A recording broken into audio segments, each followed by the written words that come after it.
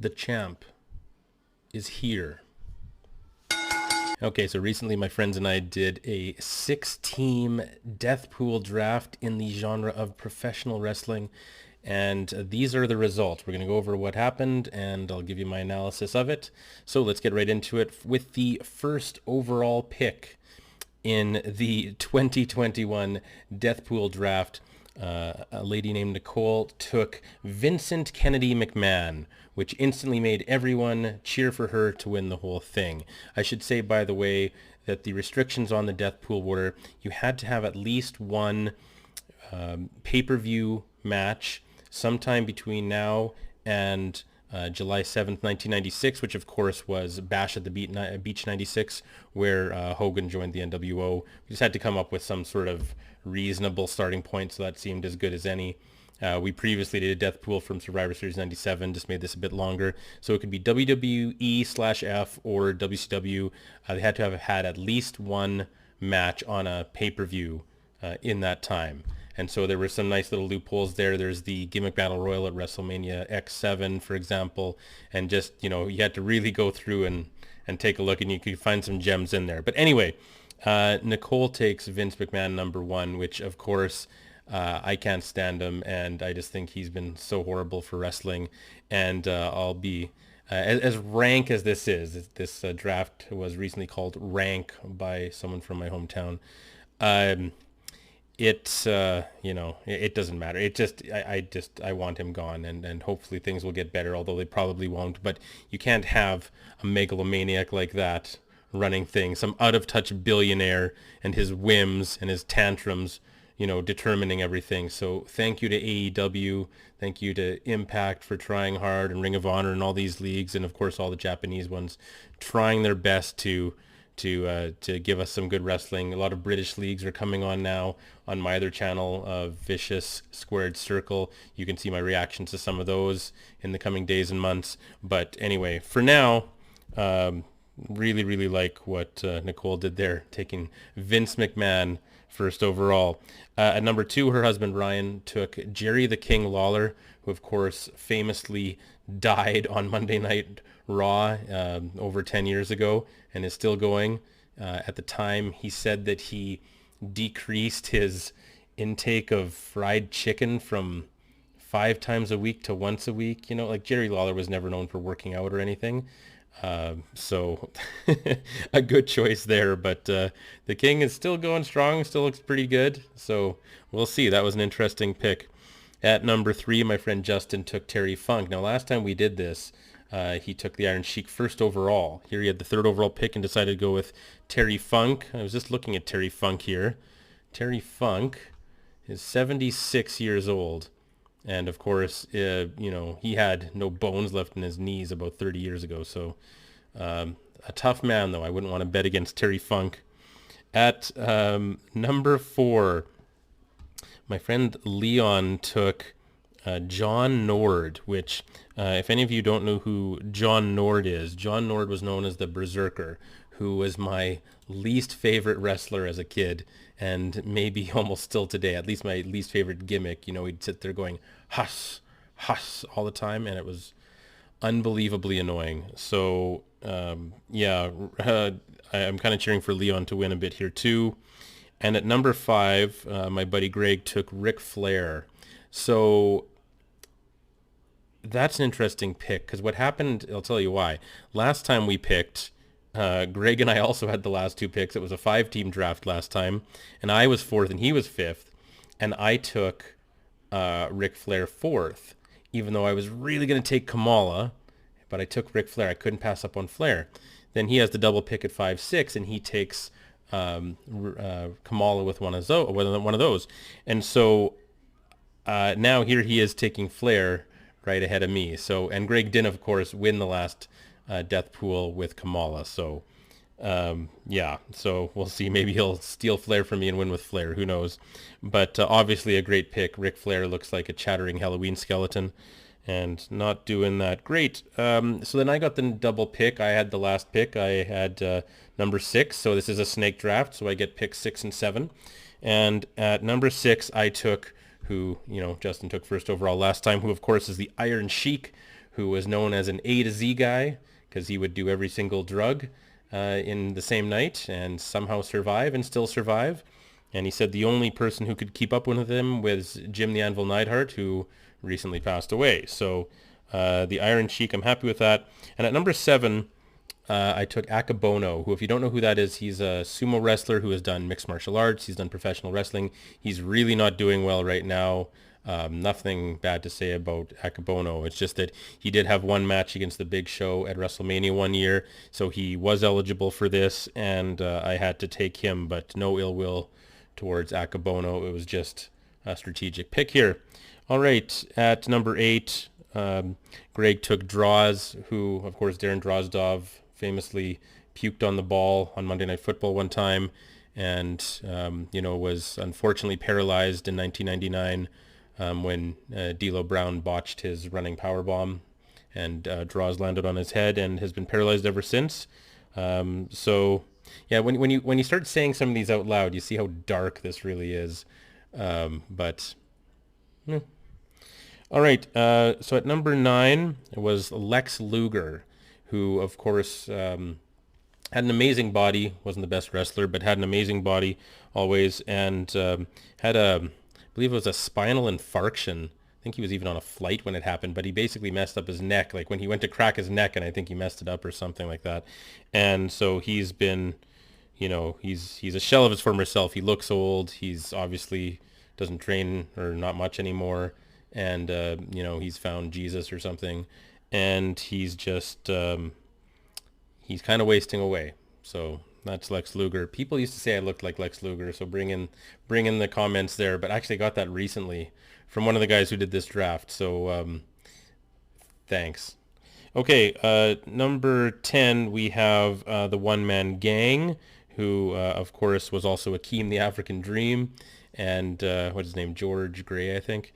And I know he's had some issues. I think his house was destroyed in a hurricane or something one time. But yeah, no ill will there either to the One-Man Gang. At number 11, we had Mr. Wonderful Paul Orndorff, who of course was an amazing performer, but he had half of his body atrophy after some spinal issues, so which was really sad to see. But yeah, Paul Orndorff, an interesting pick there. And then we get back to Nicole, who has, of course, the double pick on the other end from me, bookending the draft. So at number 12, she took Mil Mascaras, who, of course, is a famous Mexican luchador. And he is, getting up there in age. And a lot of these guys, they appeared at, I think she's probably getting that from the 1997 Royal Rumble in San Antonio, where they had a lot of cross-promotion. They had a working agreement.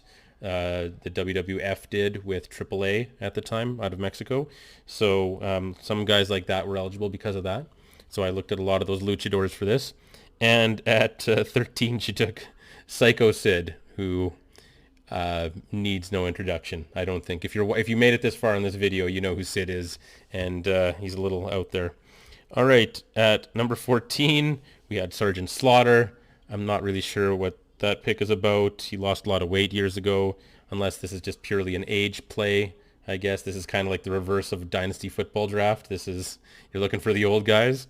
So I think that's all that is. At 15, Justin with the first woman off the board. He takes Sunny, Tammy Sitch, who, what can you say about poor Sunny?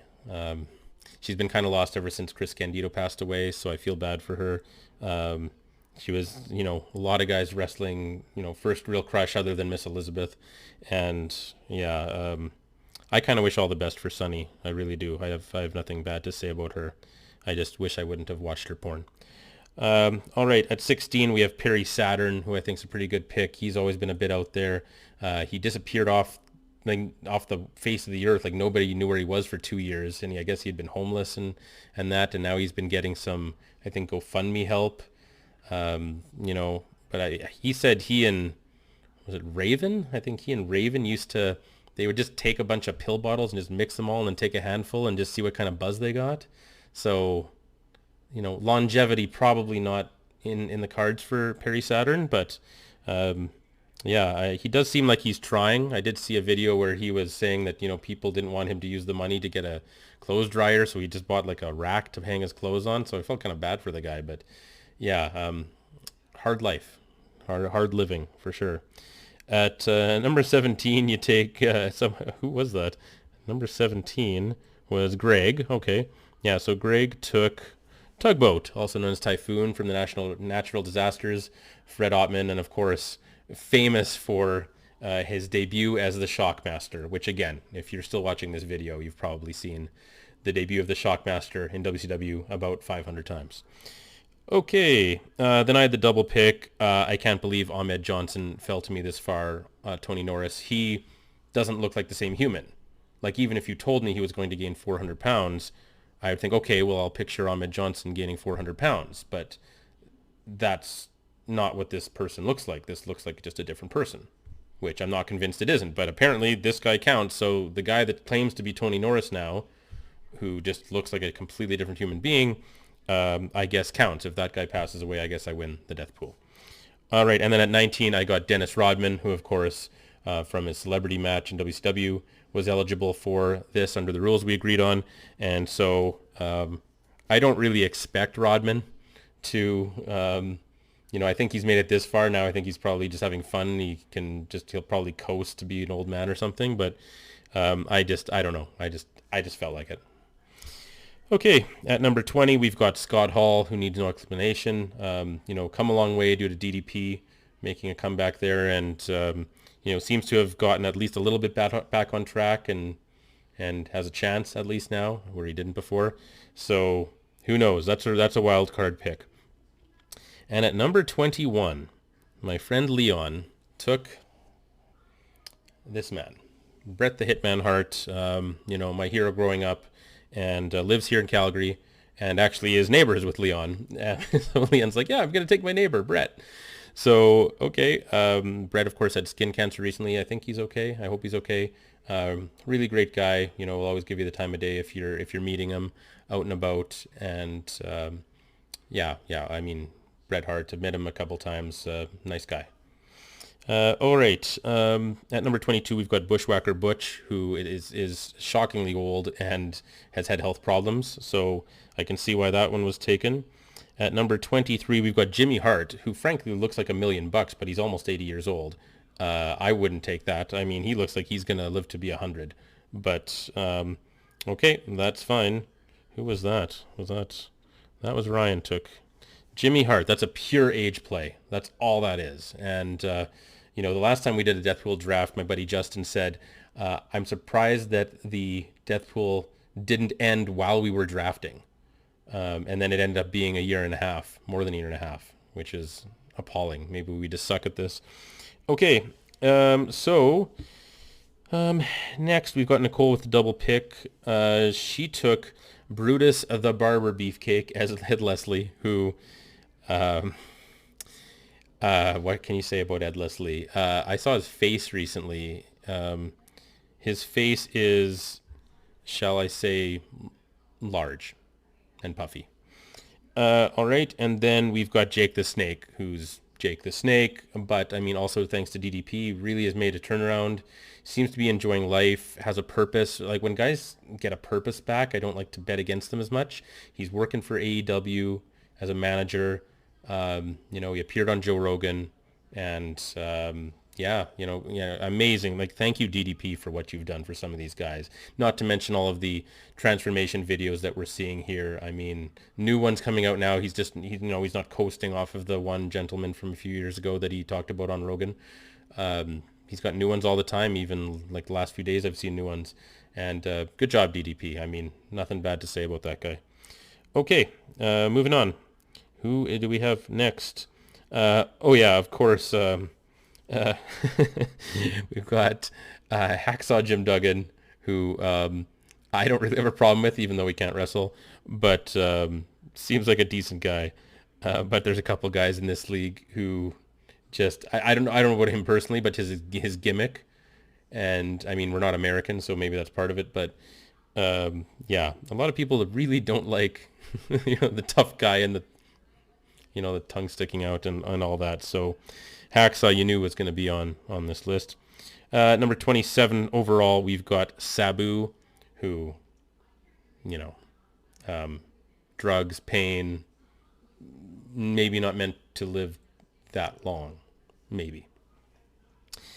Okay, at number 28, we've got Barry Darsow, and I don't know if I've seen him be interviewed recently, I think by Hannibal and that, and I don't think I'm aware of anything that would make him a particularly good candidate for this, but maybe there's something I don't know there. But yeah, so he was Smash and Demolition, he was a number of things. Yeah, interesting, Barry Darsow, okay.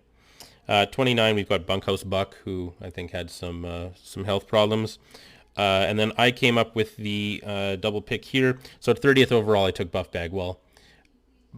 Buff Bagwell, to me, looks like somebody who, in most timelines, would have passed away 20 years ago. Does that make sense? Like, it seems like he's not someone who would exist in 2021. Like, any videos you want to see, like, if you want to see a video of Mr. Perfect or Rick Rude, they were kind of around before there wasn't as many shoot videos, and certainly before HD. So if you want to see a video of those guys, you don't get, a good quality video. It's weird that you can see Buff Bagwell today.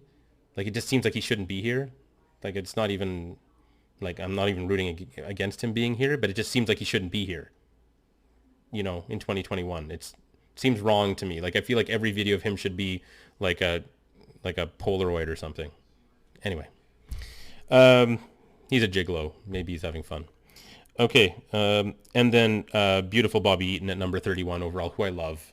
He's had some issues though, and supposed to be the nicest guy in the world though. So I'm, if there was such thing as hell, I would be going there simply for picking beautiful Bobby Eaton, who's just, who I've got nothing bad to say about, and I honestly wish the best for. I would much rather have Bobby Eaton, be well than for me to win the pool because of him. But look, sometimes you have to look at this strategically. Sometimes you're not the best person. You're in a wrestling death pool draft. You're not an angel here. But I just made what I thought was strategically the right decision, and but I'm not cheering for that pick at all because I love Bobby Eaton. Okay, at number 32, you knew someone had to take Hulk Hogan. A while back was shown getting an MRI or something and at the hospital, and then I saw him and he looked like Santa Claus, and whatever. It's Hogan. He's going to make the list. Okay, at number 33, we've got the Honky Tonk Man. I don't know if there's anything wrong with him. I don't know if that's purely an age play as well, but anyway, fair enough. At number 34, we've got Scott Steiner, who, again, shocked he's still here. I think he's still wrestling. I don't know what's going on there, but it's Scott Steiner. Anything can happen. Number 35, a true age play, Greg the Hammer Valentine, who is just a classic gimmick. But that's an age play. I think it's got to be. I don't know of anything going on with him. At number 36 overall, we have the double pick from Nicole. So we've got Rikishi, and that's probably just a weight thing, I'm assuming. And at 37, we've got Fuerza Guerrera, who may have had some health issue. And again, that would have been, he would have been eligible from the 97 Royal Rumble, I believe. There.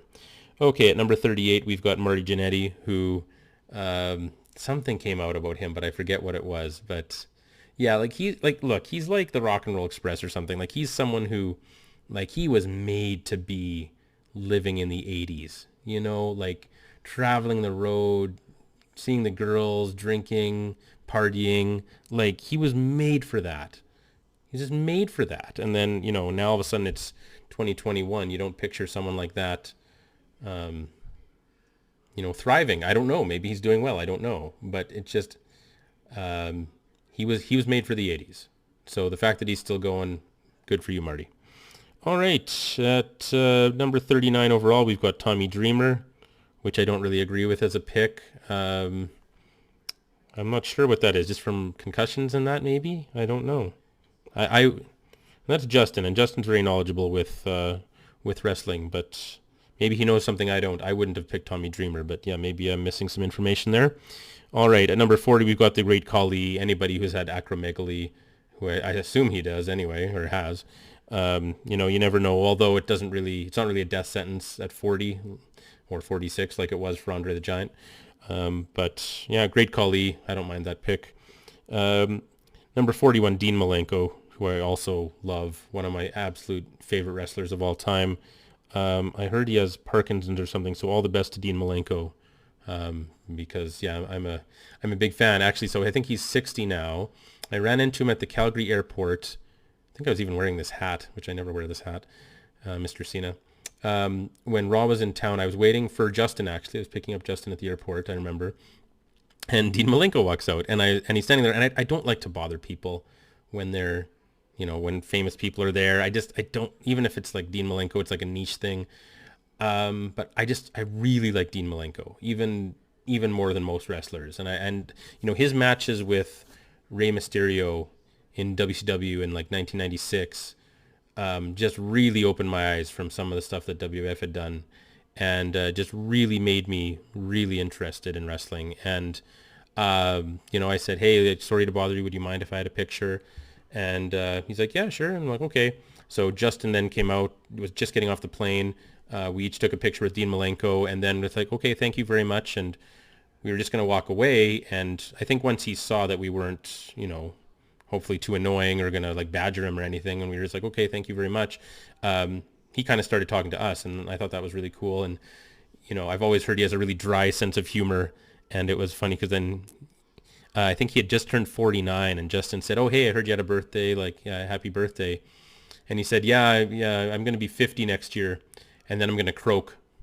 So who took Malenko? Greg did. Yeah, so anyway, I thought that was hopefully that's not too prescient, because that was, but I mean, that was over 10 years ago. So all the best to Dean Malenko, a true just, wizard on the mat there. Okay, so with my double pick at 42 overall, I took Vampiro, who's Canadian, who is having some issues. He's gained a lot of weight. He's got Alzheimer's apparently, and he's not doing so well. So I took that one. And then number 43 overall, Pierrot Jr., also from AAA, from the 97 Royal Rumble, also has some health issues there. At number 44, Greg took Michael PSAs, and I don't know if there's anything there, if that's just an age play as well. Or maybe that's also maybe an era fit. Like maybe he's just such an anachronism that he just doesn't belong in 2021. I mean, he's like a Marty Jannetty. Like he belonged in the 70s or 80s. Like, I mean, that would have just, like he would have, I can't even imagine. Like that would be like me living like 200 years from now or something. Like there would be, like imagine being born in the exact correct time period for you. Like I'm okay. I like that I live now, not in like the 50s or something, but man, imagine being born at the perfect time for you. Anyway. All right, number 45, we've got Gerald Briscoe, which is a great age play for sure. Number 46 overall, we've got Bushwhacker Luke, who is an age play as well. I don't think he's had nearly the health problems that Butch has, but I get it. Number 47, we've got the Sandman, who, I mean, it's the Sandman. It's the Sandman. Great pick, by the way. That's Ryan. Okay, at 48th and 49th overall, double pick with Nicole here. At 48, we've got Meng, who's the toughest person to ever be in wrestling, who is probably immortal, so I don't think I would have picked him. I can't bet against Haku. Like, there's no way. Sorry. I bet at his, I think he's selling cars or something. I bet he's, older now. He could probably still beat up everybody. I wish UFC would have been around when Haku or Meng was in his prime. I mean, I really would have liked to have seen that. I think he would have been interesting there. And at number 49, you've got Ken Shamrock, who has had a tough life, had a really tough childhood, was adopted and, became a fighter, obviously. That's an interesting one. The fact that he's still wrestling now, and he shouldn't have to at least, and maybe doesn't, would indicate that maybe he's going to have a tough time hanging it up and trying to live a normal life, like post athletics. And this is something we see like in the NFL or something. Like you have a shelf life, and at some point you can't do it anymore. But if you are a mixed martial artist slash professional wrestler, yeah, the MMA you can't really do at a certain point other than freak show attractions. But in professional wrestling, you can theoretically do it at least, way past your prime, if nothing else. So the fact that he's still doing it, not a good sign for Kenny. Number 50, we've got Rick Martell, who I actually don't know if there's an issue there.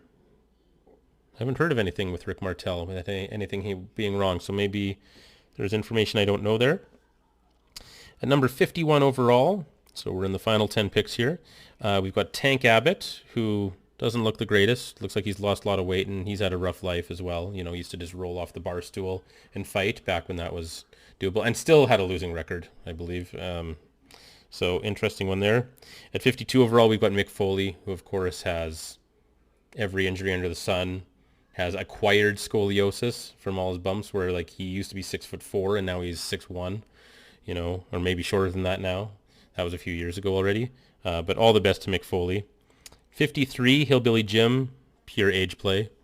And then I had the double pick here. I took at 54 overall, I took Rico, who has had a lot of health issues. At one time was sleeping 20 hours a day, and just all sorts of health problems for Rico there. And at number 55, Raven, who very smart guy, self-medicated a lot, I think, or just didn't care, one of the two. But a lot of really smart people tend to self-medicate with drinking and drugs. And, I've known a lot of really smart people who have done that, and yeah, anyway, so you never know with him. He could live to 100 or be gone tomorrow. So that's an interesting pick, I think. At number 56, we've got Kevin Sullivan, age play. At number 57, we have IRS, who to me is still one of the funniest gimmicks of all time. I still laugh every time I see an old tape of him calling someone a tax cheat. Like every time. It's still funny. It's still, like, it will always be funny. You can't angrily, be talking about some guy you're going to fight and be mad at him because, and especially baselessly, just calling him a tax cheat. Like, that, you can't do that without it being funny. It's not possible. It's a perfect comedic premise. Brilliant. At number 58, we've got Stevie Ray, the ultimate hanger-on in Harlem Heat. I don't know what's going on with him, and I don't really care. Number 59, we've got Shawn Michaels, which is interesting.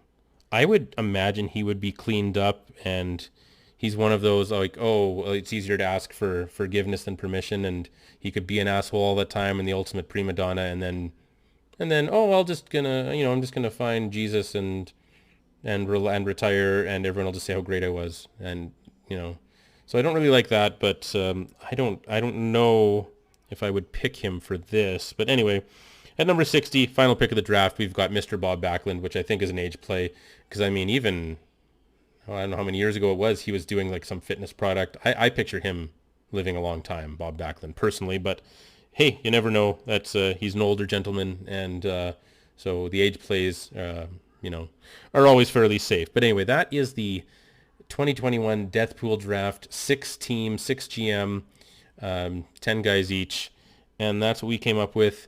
And yes, I know, we're all rotten people. We suck. Thanks for watching. Later.